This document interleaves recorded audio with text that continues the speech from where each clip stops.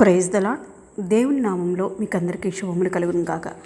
గత వాక్య భాగంలో మనం చదువుకున్నాం కదా, ఇజ్రాయేల్లో కొంతమందిని ప్రముఖులను ఏర్పరిచి మోషే గారు పాలుతెల్లు ప్రవహించు కనాన్ దేశంలో పంపిస్తారు. అది ఎలా ఉందో చూసి రమ్మని. అలాగే అక్కడి నుంచి వచ్చేటప్పుడు కొన్ని పండ్లవి వాళ్ళు తీసుకొని వస్తారు.